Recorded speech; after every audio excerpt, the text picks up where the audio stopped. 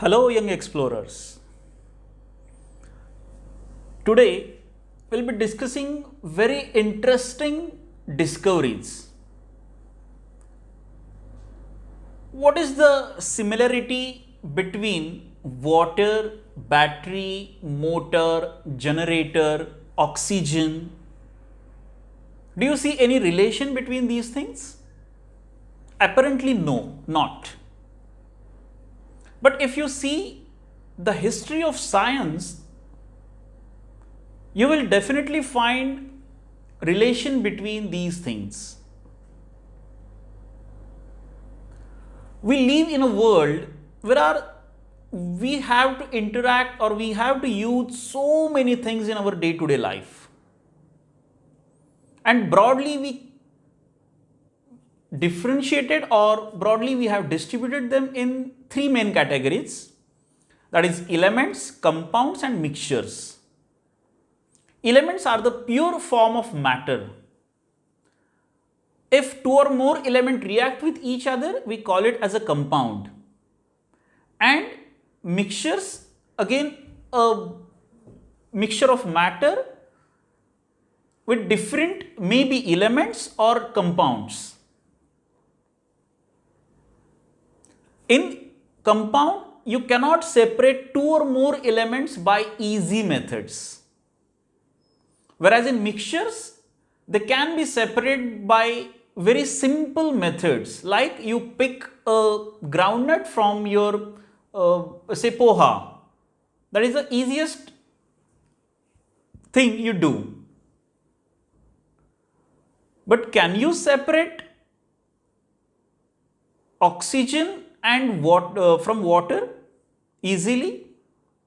That is not possible. Though today we know that water is made up of hydrogen and oxygen. But initially for us it was just water.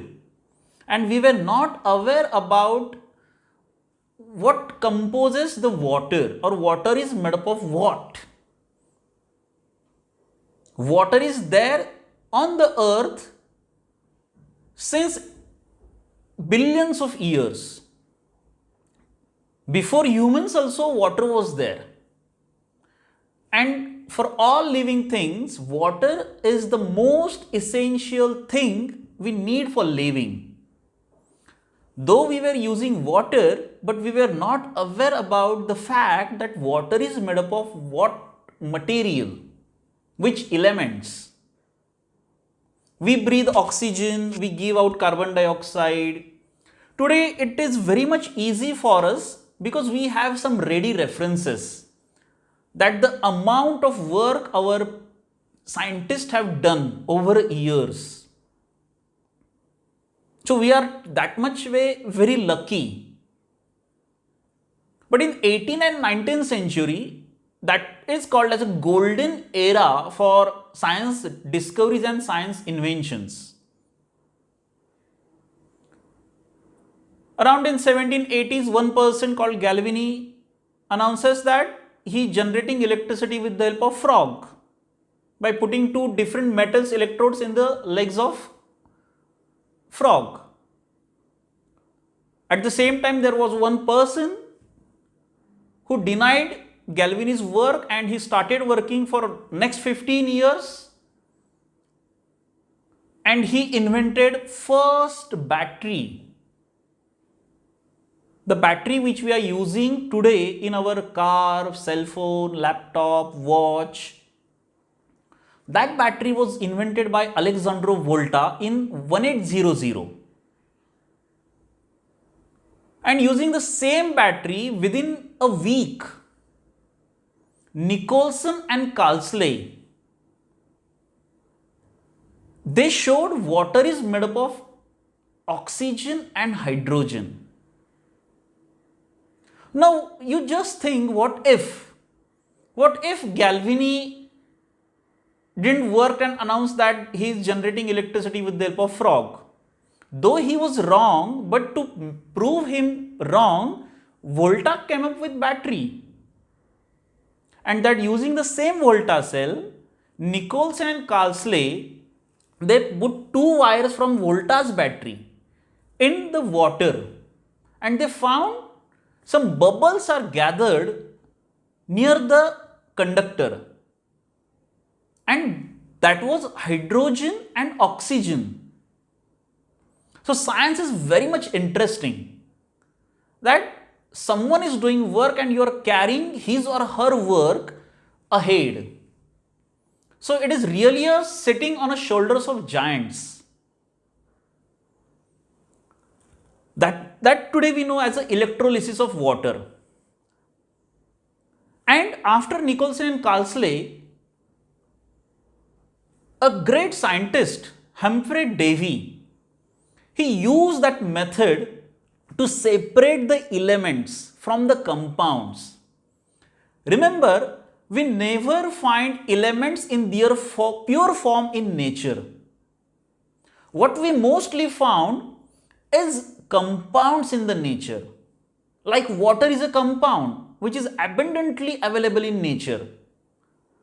So what test do we really have to check what water is made up of? There are so many things around us in a compound form in nature. So Humphrey Davy in 1806, 6 years after Volta's battery was used by many people to do research work and find something new in chemistry specifically. So Humphrey Davy discovered many elements using Volta's battery, and he mostly contributed in separating the elements from the compounds. So he really made a chart that which compounds give out which elements, because we never know compounds by their chemical names. We use compounds, we have a common name for it, like salt, table salt, which is available in nature since ages.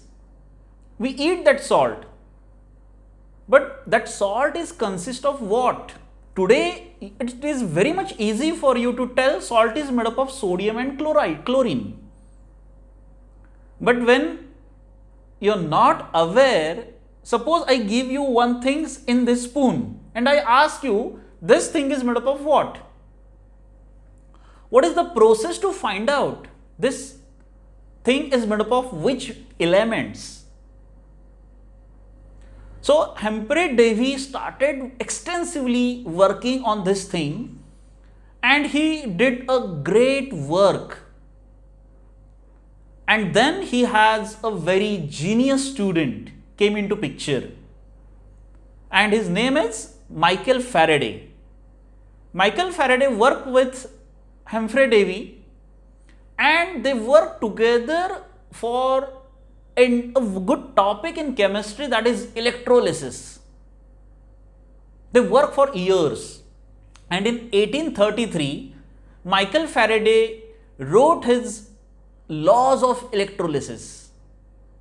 By that time we were working, and the first quantitative work was produced by Michael Faraday, and he told that how much amount of electricity or charge you pass through the electrolyte medium, the more amount of elements liberated or deposited on electrodes. These two things are directly proportional to each other. Now, I am discussing electrolyte medium or non-electrolyte medium, what exactly they are. And these compounds, so when we talk about chemistry, chemistry is everywhere. Everywhere. And all the time, some or other reactions are happening. And these reactions takes place in different forms. So there are two things, reactant which are taking part in reaction, and the products.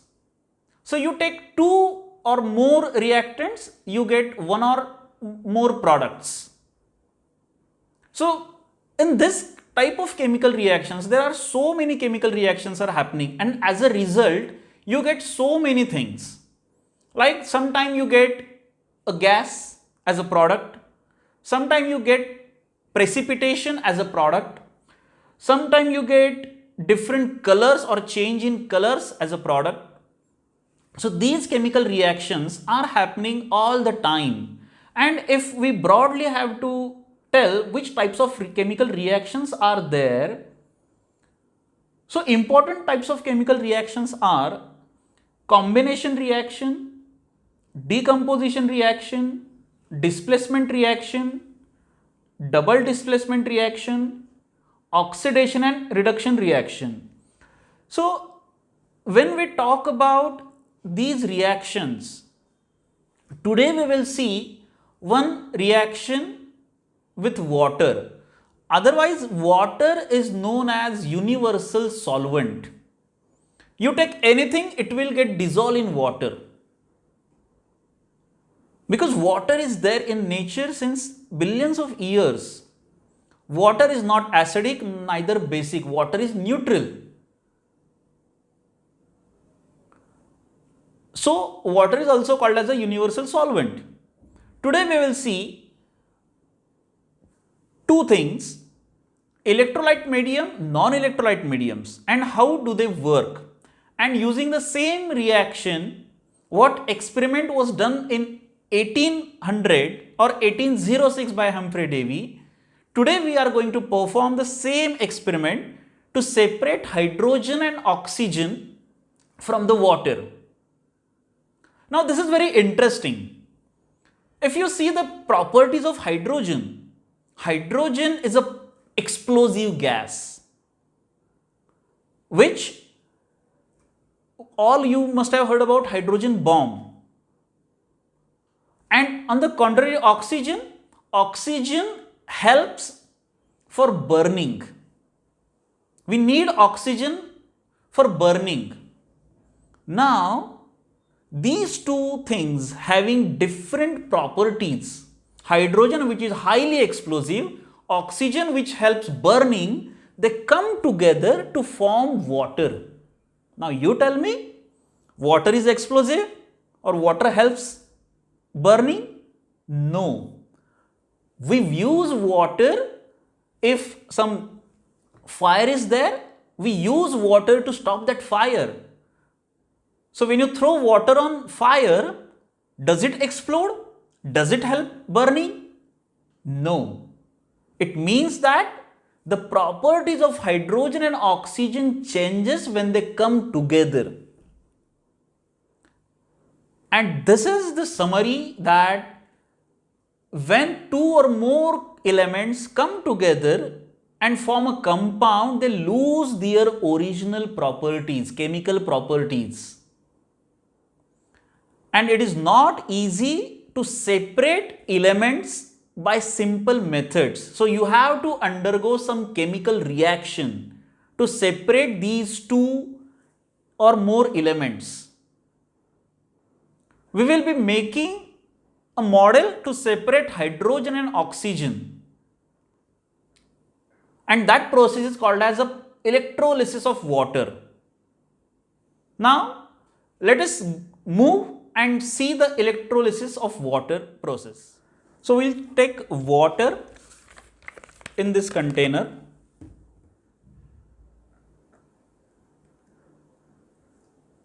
Basically we have to make a simple circuit and make electricity to pass through the water. We know that water is a universal solvent. Maximum solids dissolves in water. That is why water is called as a universal solvent. Now take this battery. You can see the positive of the battery and negative of the battery printed on the battery. LED also has polarity. The longer leg of LED is positive and shorter leg of the LED is negative. So first of all, I am taking the red wire and attach this red wire to the positive terminal of a battery like this. Then attach negative or black wire with a negative of the battery.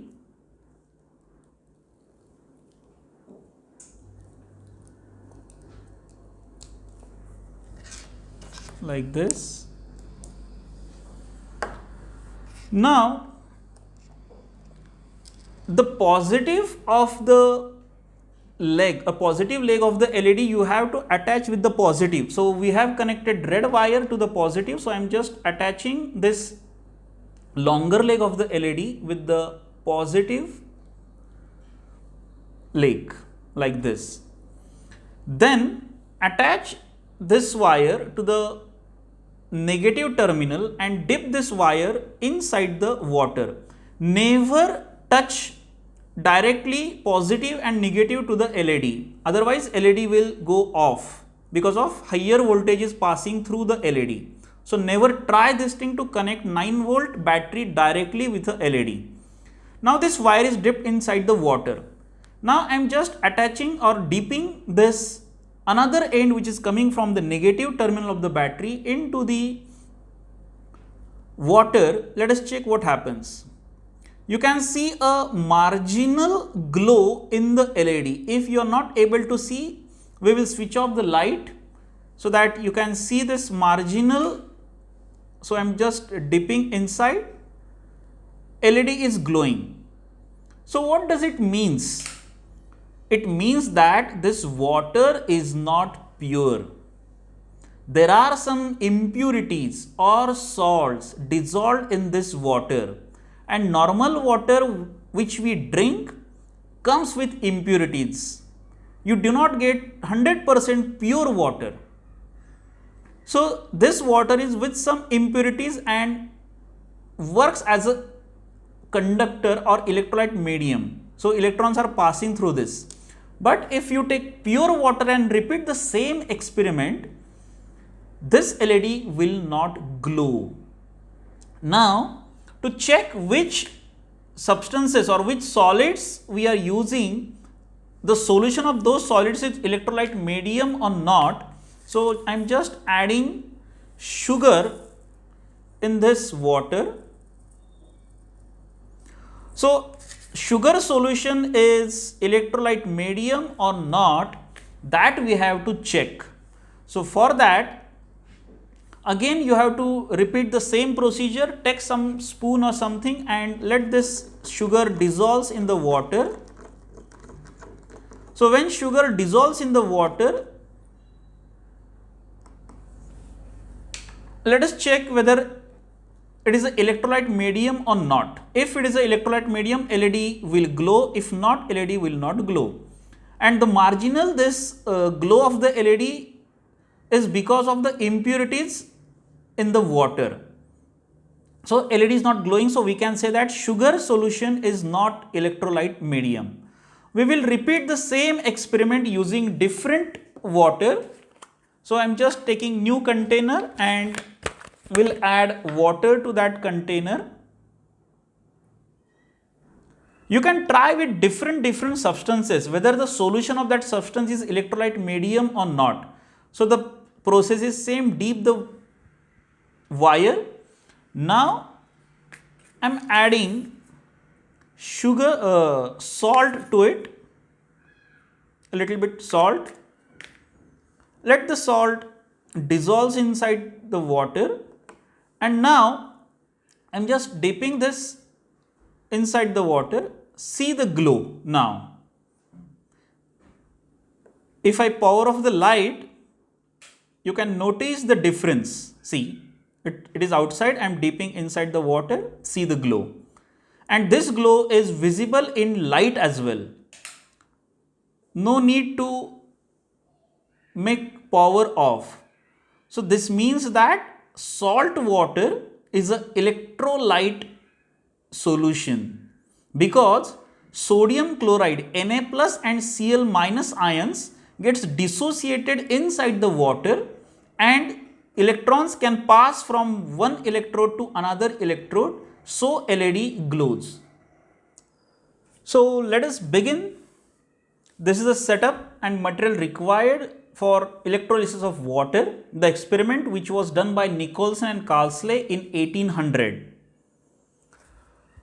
We have this battery with positive and negative terminals, crocodile clips, container, sulfuric acid, a foam board pin and these two carbon rods, we'll be using carbon rods as an electrode.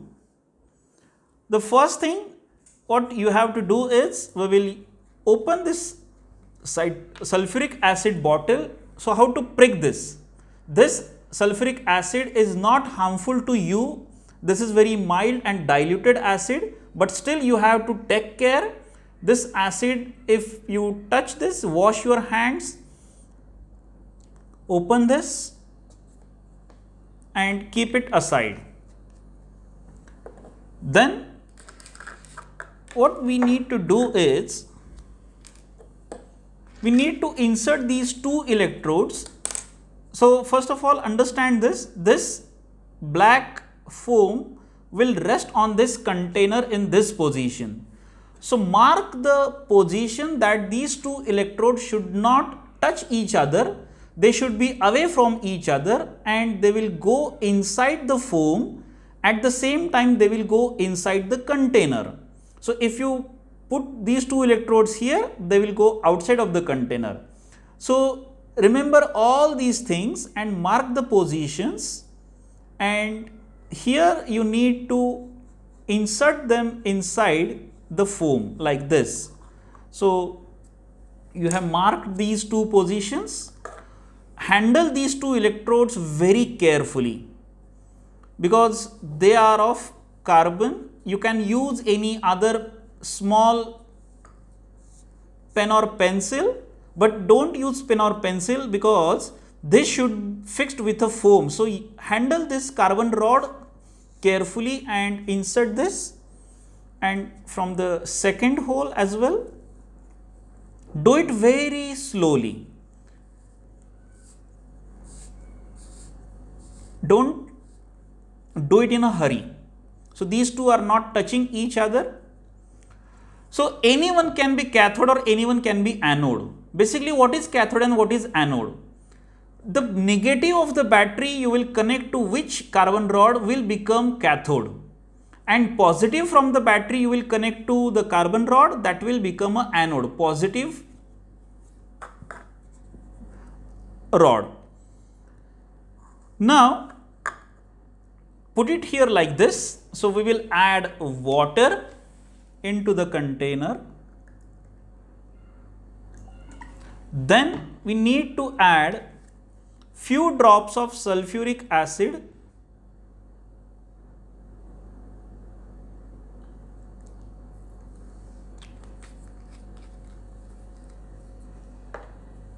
Then put the rods, and we have to connect this battery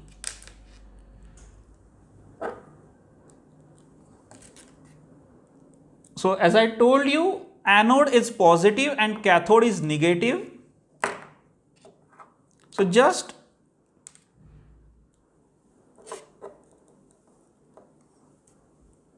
hold this crocodile clip and connect it with a carbon rod. Similarly, from the other side, which is negative, like this. And now let this reaction start. We will see what reaction is happening.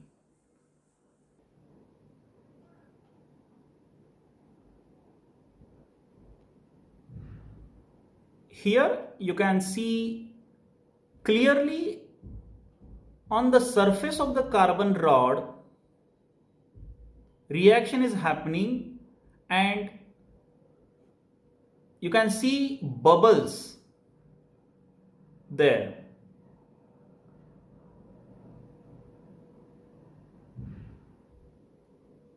So here you can see at cathode, means negatively charged electrode, reaction is happening very fast as compared to the anode.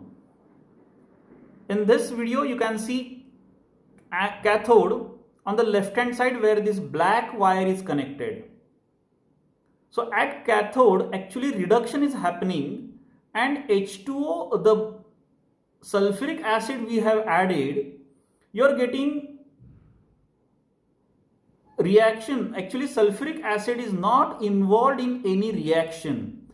It is just helping the reaction. So at cathode, H2O plus 2 electrons gives out H2 gas and 2 OH minus ions.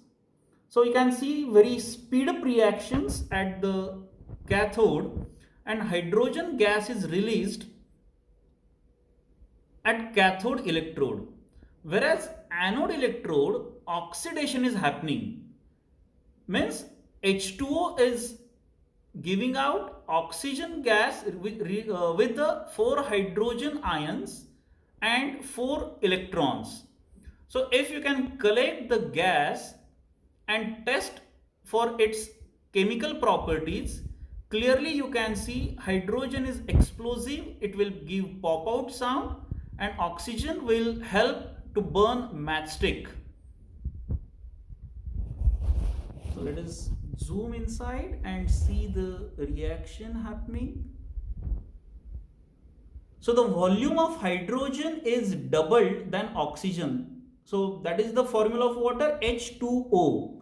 The volume of hydrogen gas collected at cathode is double than that of oxygen's volume collected at anode.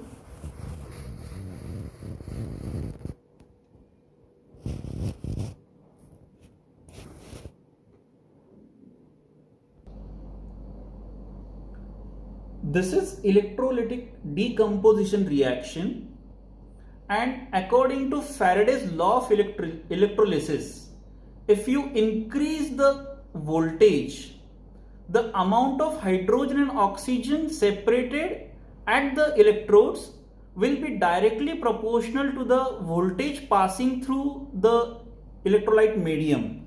So more the voltage, more amount of hydrogen and oxygen will be collected at cathode and anode respectively.